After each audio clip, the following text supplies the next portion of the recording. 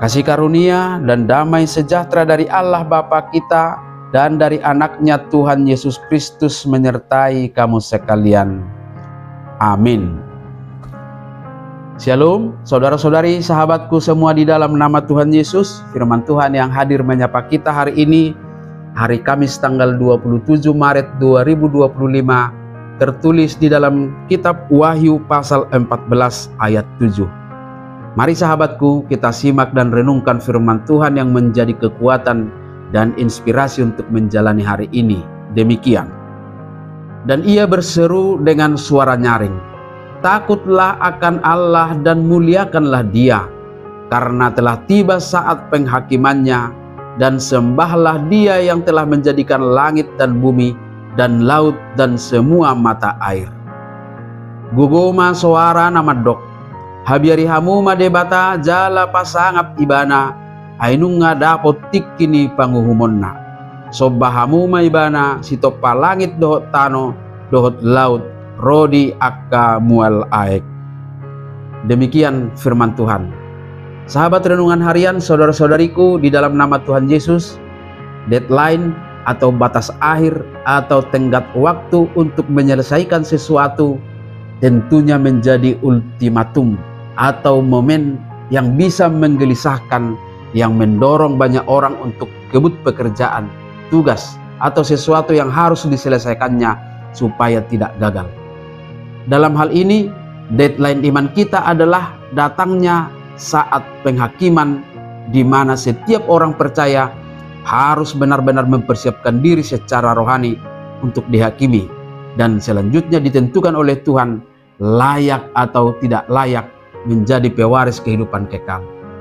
Nah, hari ini dapat kita maknai sebagai ultimatum kepada kita, yaitu seruan terakhir kepada dunia untuk kembali kepada Allah sebelum penghakimannya datang.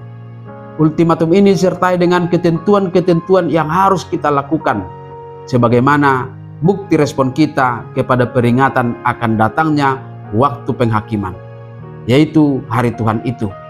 Yang pertama adalah seruan untuk takut akan Tuhan, hidup dengan hormat dan ketaatan kepada Tuhan, yaitu sebuah sikap hormat dan bijaksana yang tercermin dalam ketaatan kita kepada firman-Nya dan usaha kita untuk menjauhi dosa.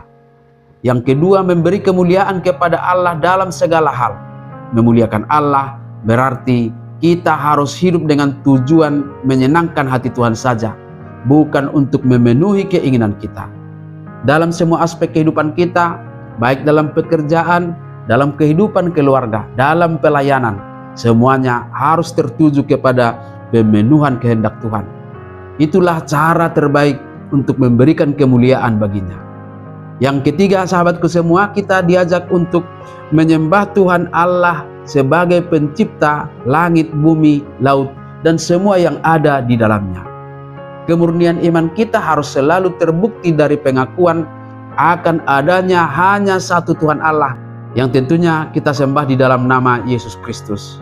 Jadi penyembahan sejati bukan hanya tentang bernyanyi atau beribadah di gereja, tetapi juga cara hidup dalam penyerahan penuh kepada kehendak-Nya. Dengan ketaatan itulah kita benar-benar sudah mempersiapkan diri menanti saat penghakiman, yang tentunya bukan lagi penantian yang menakutkan dan menggelisahkan, melainkan masa penantian yang penuh sukacita, karena kita sudah siap untuk mempertanggungjawabkan hidup kita di hadapan Tuhan, sebagaimana dituliskan oleh Paulus dalam 2 Korintus 5 ayat 10. Sebab kita semua harus menghadap tahta pengadilan Kristus. Oleh karena itu, sahabatku semua, Mazmur 27 ayat 14 berkata, "Nantikanlah Tuhan, kuatkanlah dan teguhkanlah hatimu, ya nantikanlah Tuhan." Amin. Selamat beraktivitas, Tuhan memberkati.